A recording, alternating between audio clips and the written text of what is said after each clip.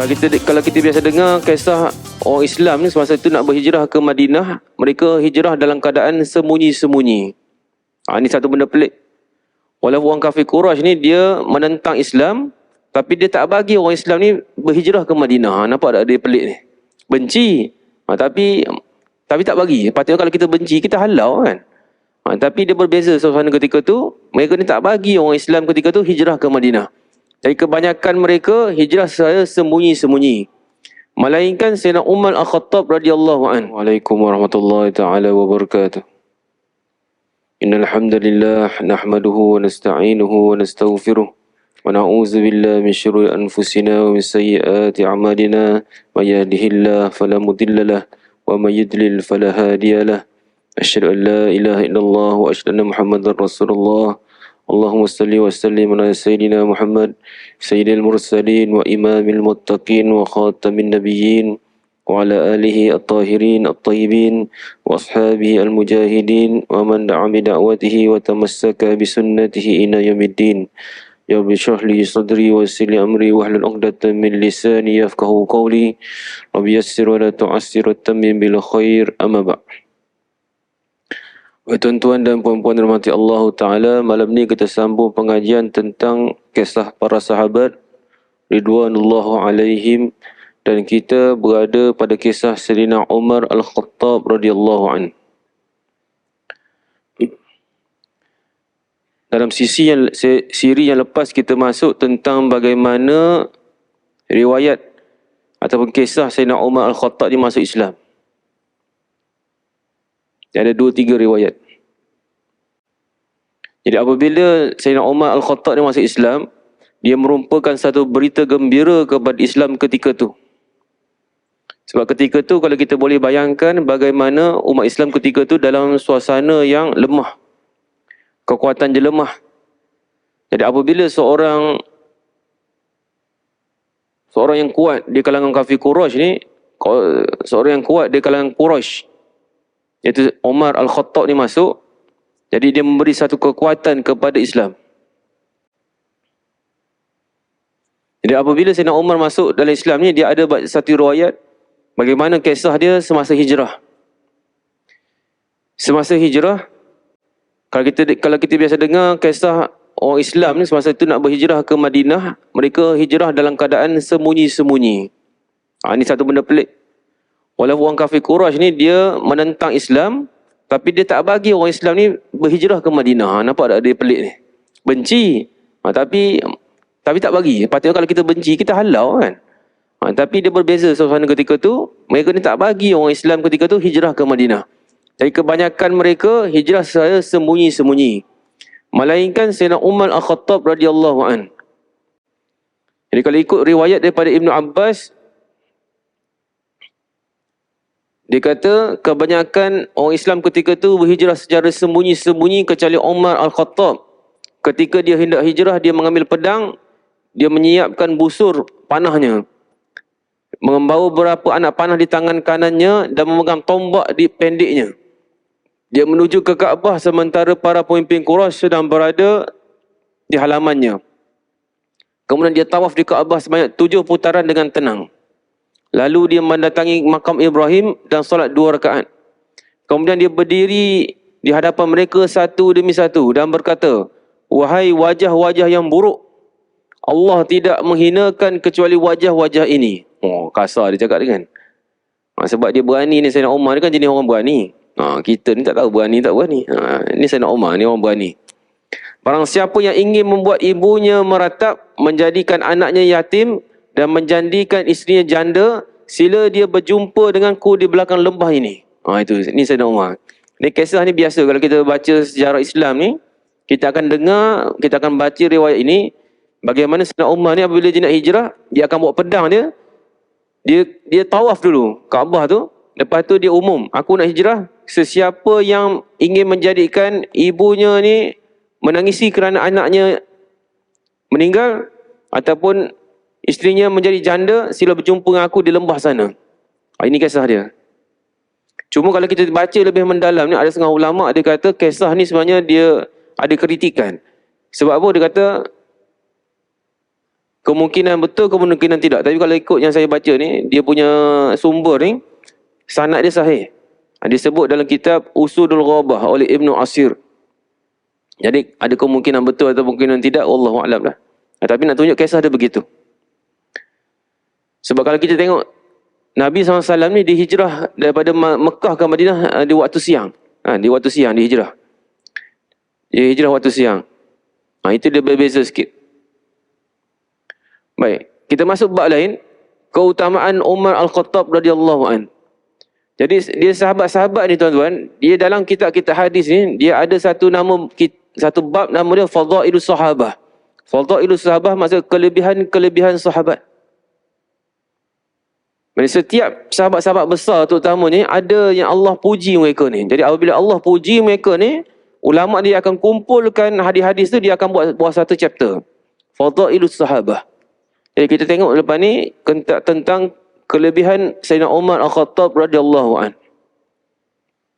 Sebab kita duk dengar Sayyidina Umar ni hebat, kuat, garang.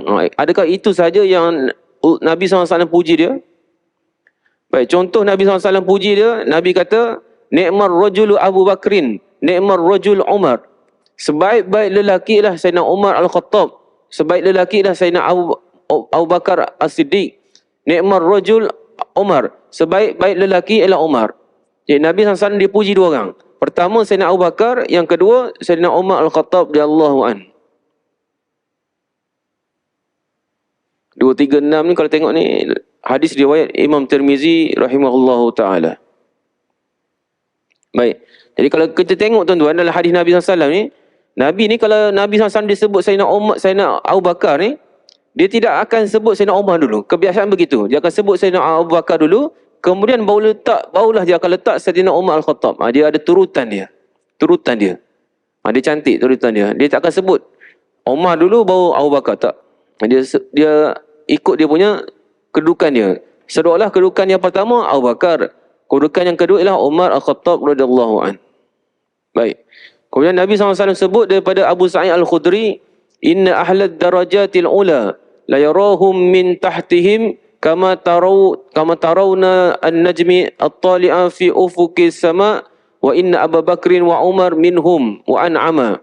Sesungguhnya pemilik darjat-darjat yang tinggi terlihat oleh orang yang berada di bawah mereka seperti kamu melihat bintang yang terbit di langit.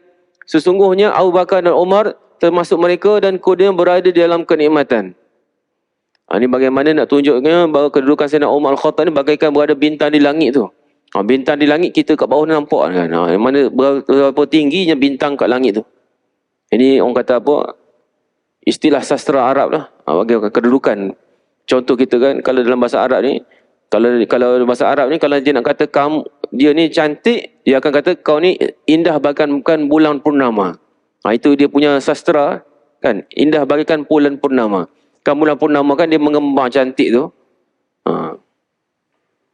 Itu dia punya sastra dah. Jadi kalaulah kedudukan tinggi bagaikan bintang di langit. Kan bintang di langit ni kalau tuan-tuan tengok kan dia berkelip-kelip.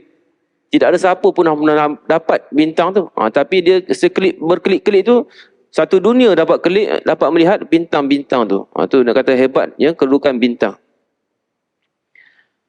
Baik, kemudian Nabi SAW sebut laqad kana fi man kana qablakum min nabi Israel. Laqad kana fi man kana qablakum min bani Israel rijalun yukallamuna min ghairi an yakunu anbiya fa in yakun fi ummati minhum ahadun fa Umar. Nabi SAW sebut di kalangan sebelum kamu iaitu Bani Israel, rijalun yukallamuna min ghairi an yakuna anbiya. Ada sekelompok lelaki yang diberi ilham oleh Allah Ta'ala tetapi mereka ini bukan Nabi. Fa in yakun fi ummati minhum ahadun fa Umar. Jika orang tu ada di kalangan umatku, maka dia adalah Umar Al-Khattab. Ini Nabi SAW nak tunjuk kedudukan Sayyidina Umar Al-Khattab. Ini yang jarang kita dengar ni tuan-tuan. Biasa kita dengar Sayyidina Umar ni, dia kuat, hebat. Pahlawan dia hebat. Dia garang. Tapi dia ada satu lagi, dari segi ilmu dia. Ilmu dia, masa kedudukan dia tinggi ni, masa Nabi SAW sebut, semasa zaman Bani Israel ni, dia ada sekelompok orang yang kita panggil Allah beri ilham. Peringkat dia tinggi tapi dia tak sampai tahap Nabi. Dia tinggi juga berbanding orang biasa tapi dia tak sampai tahap Nabi.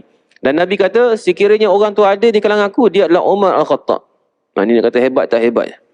Ibn Asir berkata, ada pun yang dimaksudkan dengan orang-orang yang diberi ilham ialah orang-orang yang jika menyangka sesuatu maka prasangka mereka benar. Maksudnya dia bagi firasat lah, kalau bahasa Melayu kita firasat. Dia boleh rasa benda ni berlaku macam mana. Contoh firasat. Bukan tikam nombor ni, firasat. Dia boleh rasa ke mana perginya sesuatu benda tu macam mana. Ini firasat. Ini kalau bahasa Arab dia panggil orang yang diberi ilham. Jadi apabila dia menyangka sesuatu, firasat dia benar. Seseolah apa yang mereka katakan sudah dikatakan kepada mereka sebelumnya. Contoh dia kata, benda dia berjaya ni. Jadi bila orang tu buat bisnes, berjaya.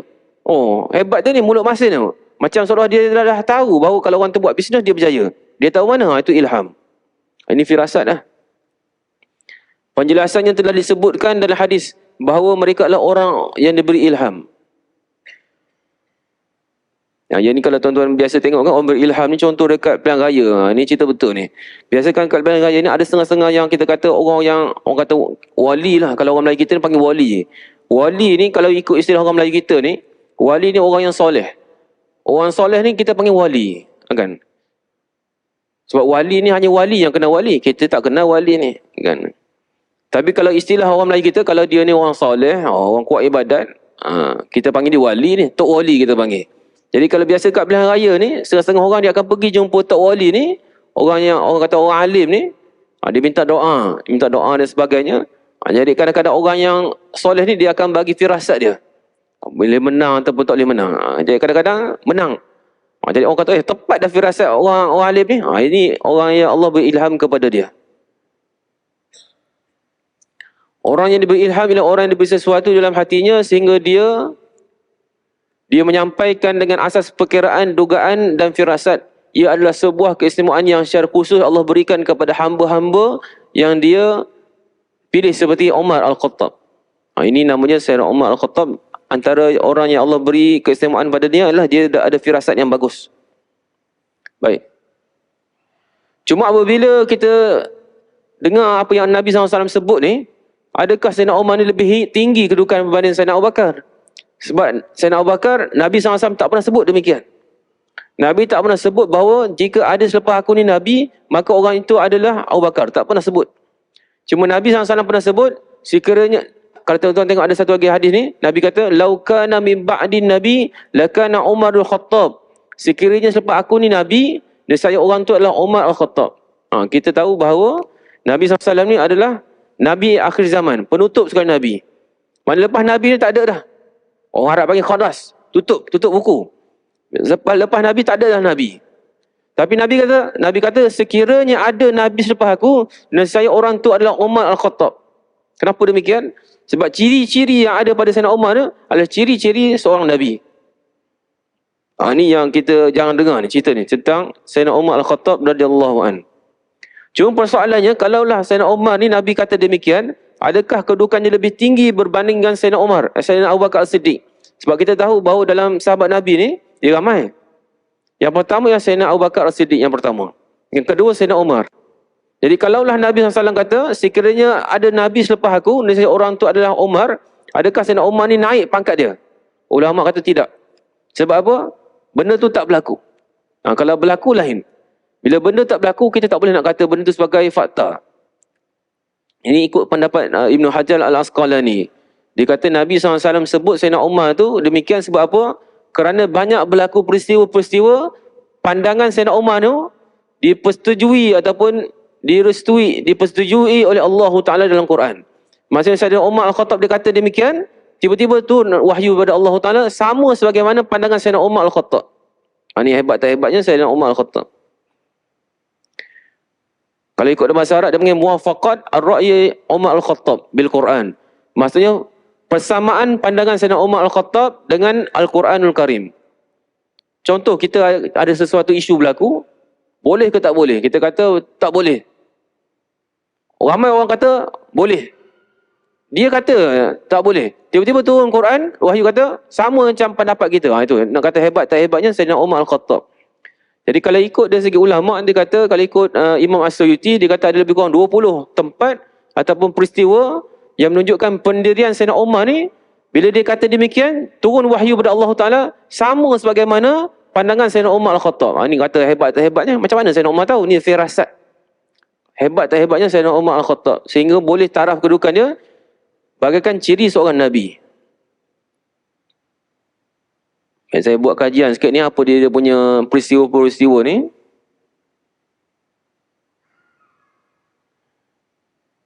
Sayyidina Umar dia pernah sebut, dia kata ini satu hadis daripada Bukhari dan Muslim, mana hadis sahih. Sayyidina Umar dia kata, waqaftu rabbi fi salas. Dia kata pendapat aku telah wafaqtu rabbi fi salasin. Pendapat aku bersamaan dengan pandangan Tuhanku pada 3 perkara.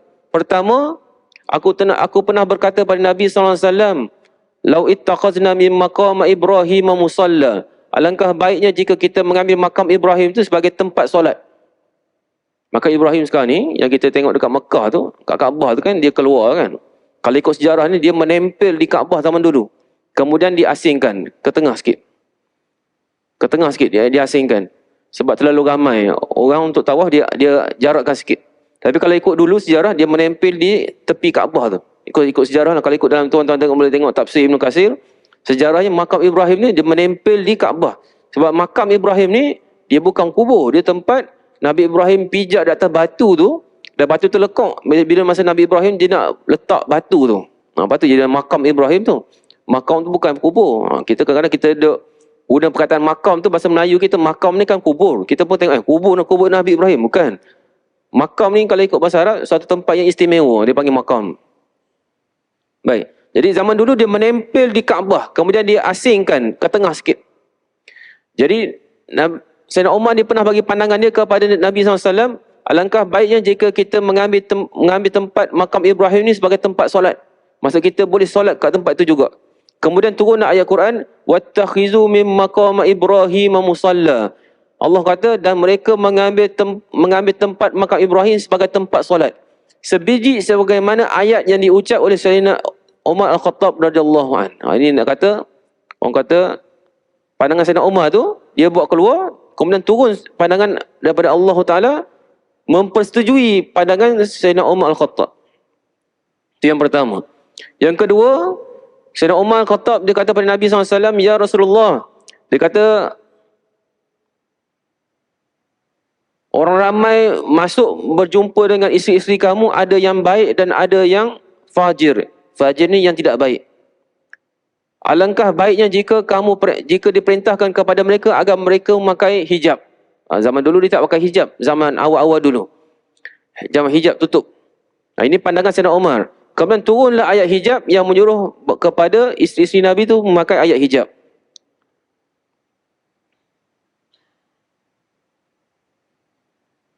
Ya ayyuhallazina amanu ya ayyuhan nabi qul li azwajika wa banatika wa nisa'il mu'minin yudnina 'alaihinna min jalabibihin zalika adna ay yu'rafna fala yu'zain. Wahai Nabi, katakan kepada isteri-isteri kamu dan anak-anak perempuan kamu dan wanita dan isteri-isteri orang-orang mukmin supaya melabuhkan tudung mereka, itu lebih baik kepada mereka. Ini nak bagaimana pandangan asalnya tak pakai hijab.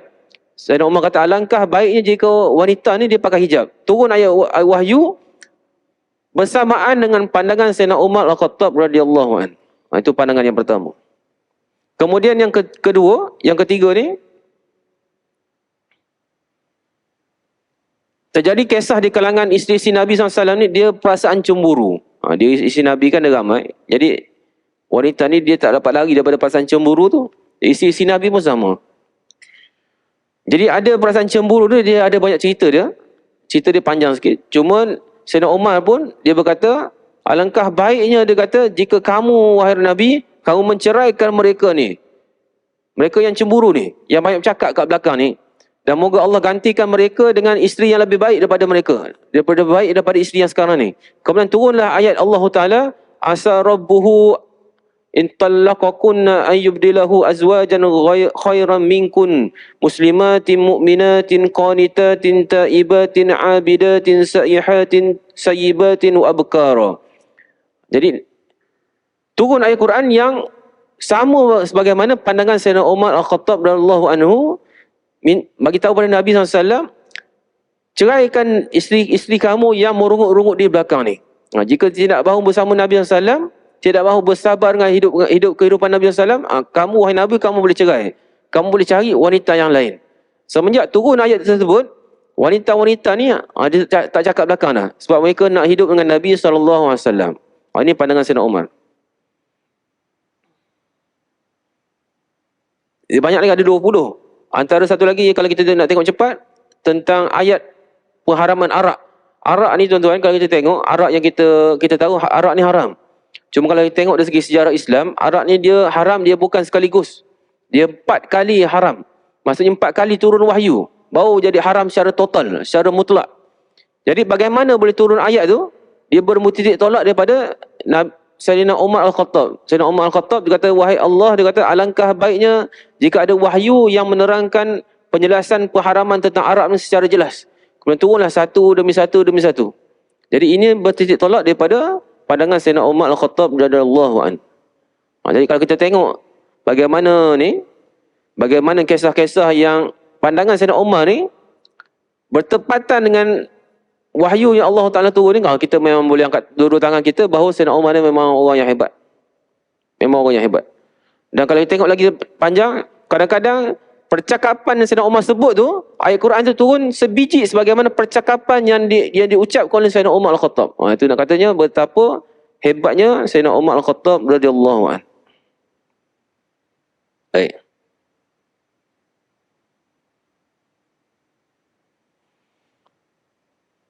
Sebab itu disebutkan oleh daripada Abdullah bin Umar mengatakan bahawa Rasulullah sallallahu alaihi wasallam, innallaha ta'ala ja'ala al-haqq 'ala lisani Umar wa qalbihi.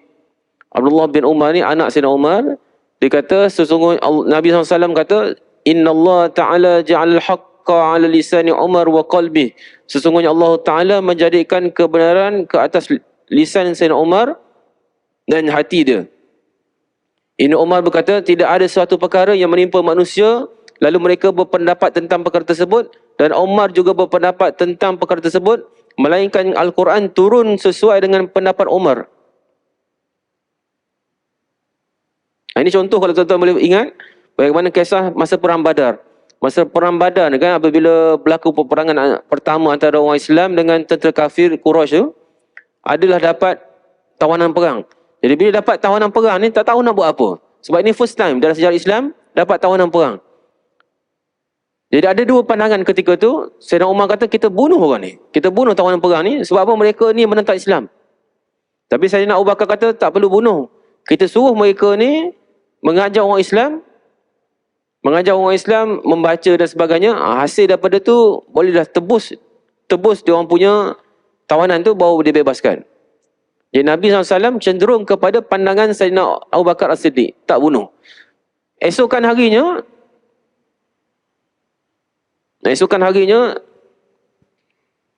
Sayyidina Umar ni dia bertemu dengan Nabi SAW, dia nampak Nabi SAW menangis. Dia pun terkejut tengok dia tengok Nabi SAW menangis, kemudian dia tengok Sayyidina Abu Bakar pun menangis. Dia pun bertanya, kenapa menangis? Nabi SAW kata telah turun wahyu tentang tawanan Perang Badar. Dan tawanan Perang Badar itu Allah Ta'ala bersetuju dengan pandangan kamu, wahai Umar. Jadi Allah Ta'ala suruh bunuh tawanan perang itu. Sebab mereka ni, kita panggil antara pengkhianat yang besar dalam Islam ni. Mereka ni bermati-matian nak menghapuskan perjuangan Islam.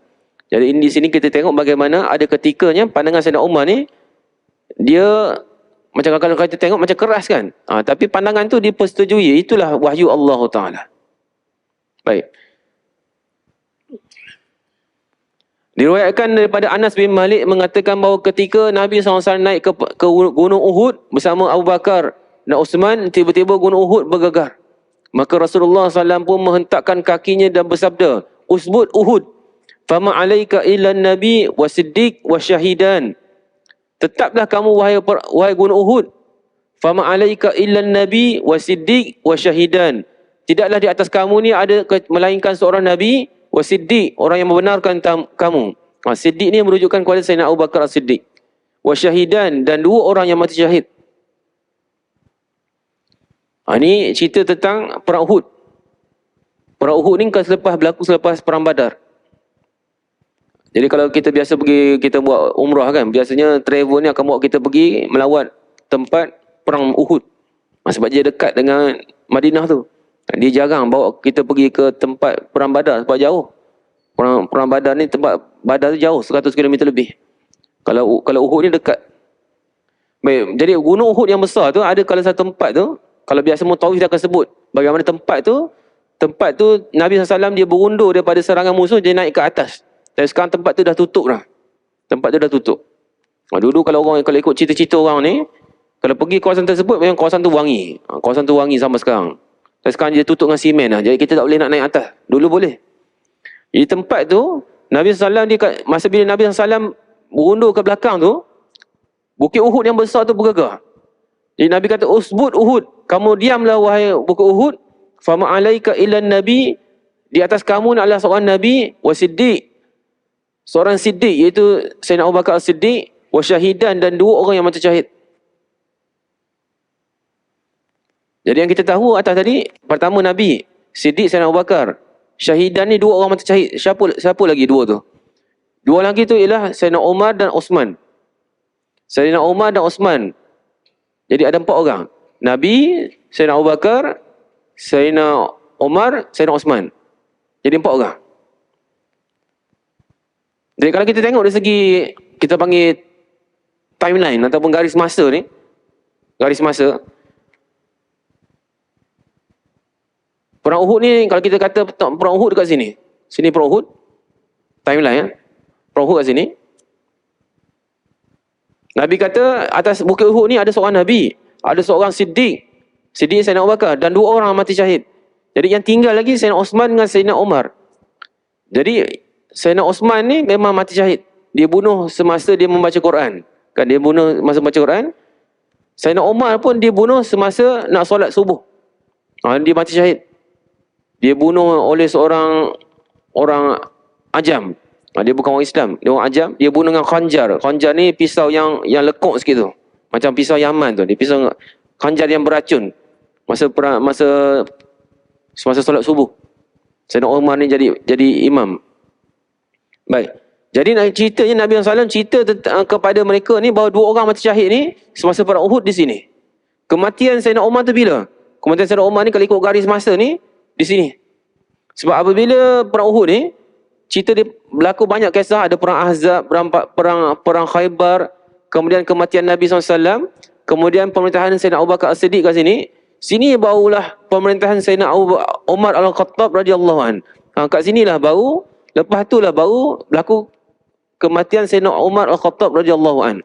Tapi Nabi SAW dah cerita bila lagi? Kat sini dah. Awal lagi cerita. Ini bagaimana Nabi SAW nak bagi tahu kepada Bukit Uhud ni, atas kamu ni ada Nabi, ada seorang yang akan mati syahid, iaitu Umar dan Osman. Kemudian Sayyidina Osman bila pula? Sayyidina Osman lepas Sayyidina Umar ni. Lepas ini kan. Sayyidina Umar, lepas Umar apa? Ali kan. Ali Osman. Sini pula. Jauh. Sini. Maksudnya garis masa ni jauh. Tapi Nabi SAW dah bagi tahu kat sini dah. Jadi ini kata-kata Nabi SAW menunjukkan apa? Mukjizat Nabi SAW. Dia boleh bagi tahu bahawa benda yang berlaku akan datang tu. Dan benda tu bila berlaku membuktikan kenabian Nabi SAW. Baik.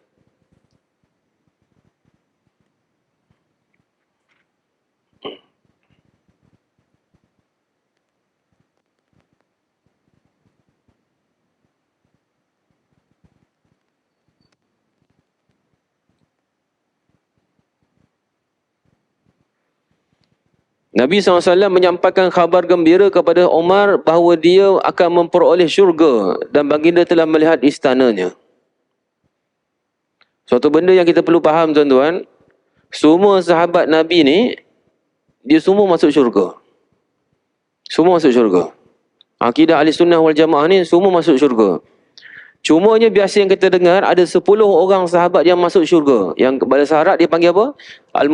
Asyarah al-mubashirina bil jannah. 10 orang yang digembirakan dengan masuk syurga. 10 orang. Jadi kita selama ni kita diingat dalam ramai-ramai sahabat tu 10 orang masuk syurga, bukan? Yang masuk syurga semua masuk syurga. Ini akidah Ahlussunnah wal Jamaah. Dalil dia apa? Wa kullu wa'adallahu al-husna. Allah Taala kata setiap dua golongan, sama ada golongan yang masuk Islam awal dan yang masuk Islam lewat. Masuk Islam lewat maksudnya selepas pembukaan kota Mekah. Lepas pembukaan kota Mekah tu kita kata masuk Islam lewat. Allah Taala kata wa kullu wa'adallahu al-husna. Dua-dua golongan ni Allah janjikan mereka al-husna. Husna ni kebaikan yang amat sangat. Jadi ulama kata kebaikan yang amat sangat ni apa? Tak pasti. Tetapi kalau di akhirat ni, apakah kebaikan yang paling tinggi nilainya? Jadi ulama kata kalau di akhirat, kebaikan yang paling tinggi di akhirat ialah syurga. Jadi itu menunjukkan kedua-dua golongan ni sama ada mereka ni masuk Islam awal bersama Nabi SAW di Mekah ataupun di Madinah, ataupun masuk Islam semasa pembukaan kota Mekah tu, dua-dua golongan ni masuk Islam, masuk syurga. Jadi kenapa ada timbulnya hadis Nabi SAW kata 10 orang masuk syurga? Itu nak menunjukkan di kalangan para sahabat ni dia ada punya hierarki, martabat kedudukan dia. Kalau contoh kalau kita kat sekolah kan, kat sekolah atau organisasi mana-mana kan kita ada hierarki. Hierarki ni maksudnya kedudukan tinggi lah. Kalau macam contoh parti kan dia ada presiden, ada naib presiden. Presiden, timbalan presiden, naib presiden kan. Bawah dia tu ada apa? MT orang bagi, majlis tertinggi. Yang ni pun bukan parti. Kalau majlis perwakilan pelajar pun sama. Dia tiru benda yang sama. Anak saya kat sekolah tu dia kata dia MT. Dia kata MT ni bukan parti tak? Dia kata majlis tertinggi. Maksudnya majlis tertinggi pun guna sistem yang sama. Dia ada presiden atau pengurusi lah. Bawah tu ada naib pengurusi, bawah tu ada MT. Jadi kedudukan dia tinggi. Kalau yang biasa ni, ini ahli biasa, anggota biasa. Jadi di kalangan sahabat pun sama. Dia ada sahabat biasa, ada sahabat yang sahabat biasa, ada dia panggil sahabat yang dia panggil Ahlul Badar. Ahlul Badar ni sama 313 yang menyertai perang Badar. Ini tinggi dia punya pangkat dia. Dan ada lagi yang 10 orang yang Nabi SAW sebut 10 orang ni masuk syurga. Ini tinggi pangkat dia berbanding dengan sahabat-sahabat yang lain. Tapi bukan bermaksud bila Nabi SAW sebut 10 orang yang masuk syurga tu bermaksud yang lain tu tak masuk syurga. Itu tak betul. Tapi Nabi SAW sebut, di kalangan sahabat ni ada yang tinggi kedudukannya, antaranya ialah tentera Badar. Yang 10 dimasukkan, yang 10 dijanjikan Allah Ta'ala syurga. Itu dia punya kedudukan dia. Baik. Apa hadis yang Nabi SAW kata 10 orang yang masuk syurga tu? Daripada Abdul Rahman bin Auf, dia kata, aku mendengar Rasulullah SAW bersabda, Abu Bakrin fil jannah. Abu Bakar dalam syurga. Wa Umar fil jannah. Umar dalam syurga. Wa Utsman fil jannah. Utsman dalam syurga. Wa Ali fil jannah. Sayyidina Ali dalam syurga. Wa Talha fil jannah. Talha dalam syurga. Wa Zubair fil jannah. Zubair dalam syurga. Wa Abdurrahman bin Auf fil jannah. Abdurrahman bin Auf dalam syurga. Wa Sa'id fil jannah. Sa'id pun dalam syurga. Wa Sa'id fil jannah. Sa'id pun dalam syurga. Wa Abu Ubaidah bin Jarrah fil jannah. Abu Ubaidah bin Jarrah pun dalam syurga. Jadi kalau kita kira ni ada 10 orang yang Nabi SAW sebut, satu persatu dia ni masuk syurga. Jadi macam bagaimana saya sebut tadi, bukan bermaksud sahabat lain tak ada syurga. Ini Nabi khususkan sahabat-sahabat yang hebat.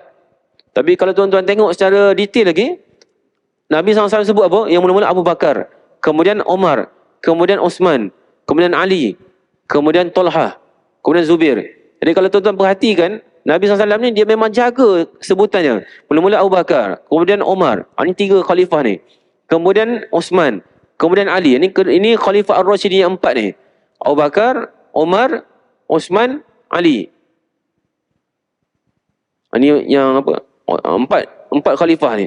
Jadi Nabi SAW disebut seolah-olah Nabi kata, seolah-olah kalau kita tengok macam Nabi tahu ya, lepas Nabi wafat ni, mereka yang akan ganti dia sebagai khalifah ni 4 orang ni. Macam mana Nabi tahu? Ini Nabi SAW nak. Mujizat Nabi SAW, kebenaran dia adalah sebagai seorang Nabi, dia boleh tahu akan datang. Jadi apabila percakapan dia bertepatan dengan akan datang tu, menunjukkan dia tu adalah Nabi yang sebenarnya. Dia bukan ahli nujum, tapi dia seorang Nabi. Baik.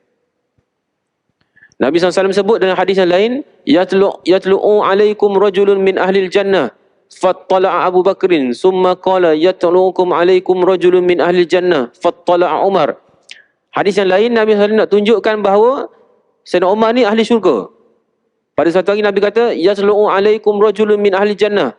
Akan muncul ahli syurga datang ni. Lepas ni akan nak masuk ahli syurga. Fattala'a Abu Bakrin, yang muncul Sayyidina Abu Bakar. Summa qala yatlu'u alaikum rajulun min ahlil jannah. Nabi kemudian kata, akan muncul seorang lagi ahli syurga. Fattala'a Umar, kemudian Sayyidina Umar pun muncul. Nak katanya bahawa ada hadis-hadis yang lain yang lebih kurang sama. Nabi SAW menekankan bagaimana bahawa Sayyidina Umar dengan Sayyidina Abu Bakar ni memang dia adalah ahli syurga.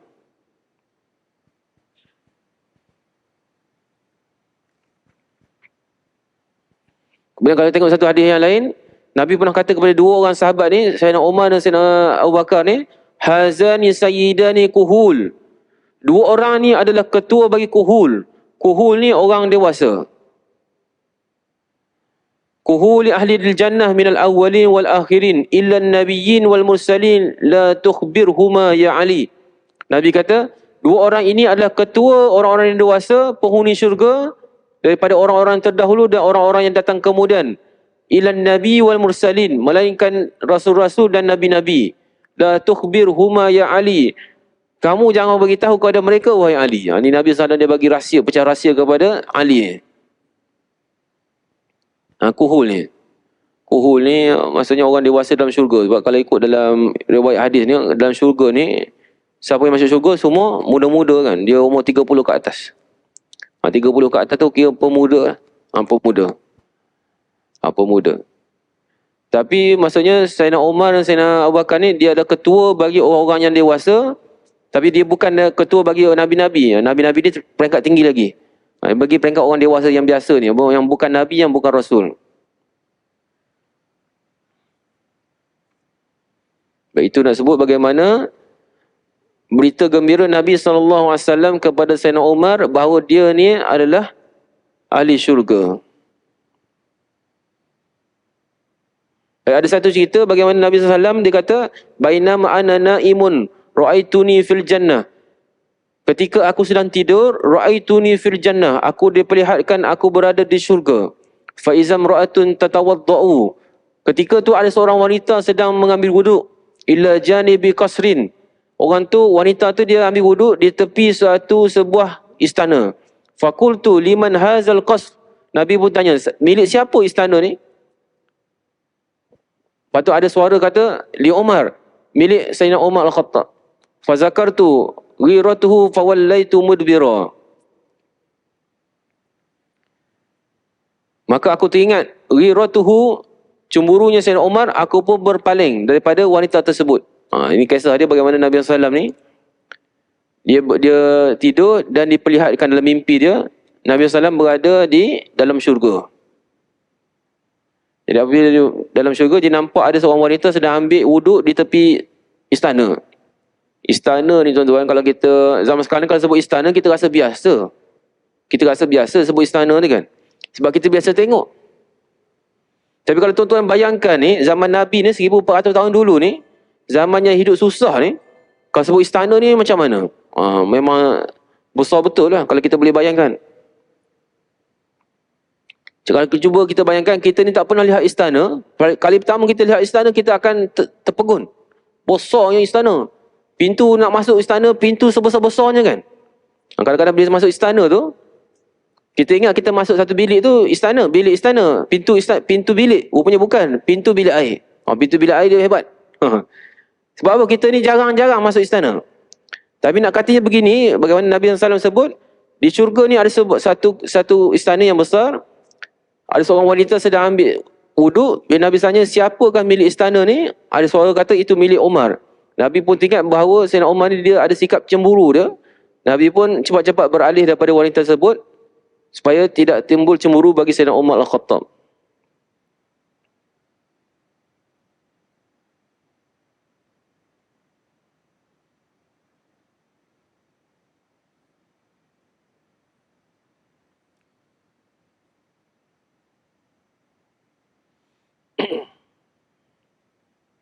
Baik. Itu kisah tentang Sayyidina Umar Al-Khattab radhiyallahu anhu. Darjat keimanan Sayyidina Umar Al-Khattab. Jadi kita malam ni kita nak cerita tentang kelebihan tentang Sayyidina Umar Al-Khattab je. Baik. Pada satu hari kami bersama daripada Abdullah bin Hisham, dia kata pada suatu hari kami bersama dengan Nabi SAW, dia sedang memegang tangan Umar. Lalu Umar berkata, wahai Rasulullah, sesungguhnya Tuhan lebih aku cintai berbanding segala sesuatu kecuali diriku. Nabi SAW pegang tangan Sayyidina Umar. Nabi SAW dia pegang tangan Sayyidina Umar ni. Hadis ni tuan-tuan, kalau kita baca bahasa Arab pun begitu. Maksudnya Nabi ni pegang tangan Sayyidina Umar. Kalau kita orang Melayu ni, kita akan rasa pelik. Nabi pegang tangan Sayyidina Umar. Kita zaman sekarang ni kita rasa pelik. Kan? Dengan suasana LGBT apa ni, kalau lelaki pegang lelaki ni kita rasa pelik. Kan? Kita rasa pelik. Tetapi dia suasana Arab, dia biasa benda tu. Arab ni kalau pegang tangan tu dia biasa. Kalau pegang tangan tu biasa. Kalau kita pegang tangan, contoh kalau kita nak berjalan, kalau kita sini nak pergi ke jalan ke belakang sana, 2 orang. Kalau kita kan, kalau Arab ni kadang-kadang, kalau saya ingat masa saya belajar dulu, kalau kita boleh buat paut macam tu kan, dia pun paut sekali masuk tangan dia 2. Dia masuk, kita pun jalan sama hujung sana. Itu biasa. Cuma kalau Melayu kita buat gitu, kita rasa pelik. Kita tak buat gitu sebab budaya kita bukan begitu. Tapi Arab memang Arab buat begitu biasa. Ataupun kalau kita jumpa kawan kita, jangan kita jumpa, kita pegang tangan dia. Kita pegang tangan dia, dia pun jalan sama belakang. Itu bukan LGBT. Itu memang rasa, orang kata suasana persaudaraan. Benda biasa. Jadi bila kita baca hadis Nabi SAW ni, jangan kita duduk bergambar macam mana Nabi ni LGBT. Bukan. Suasana Arab dia berbeza dengan suasana Melayu kita ni. Baik.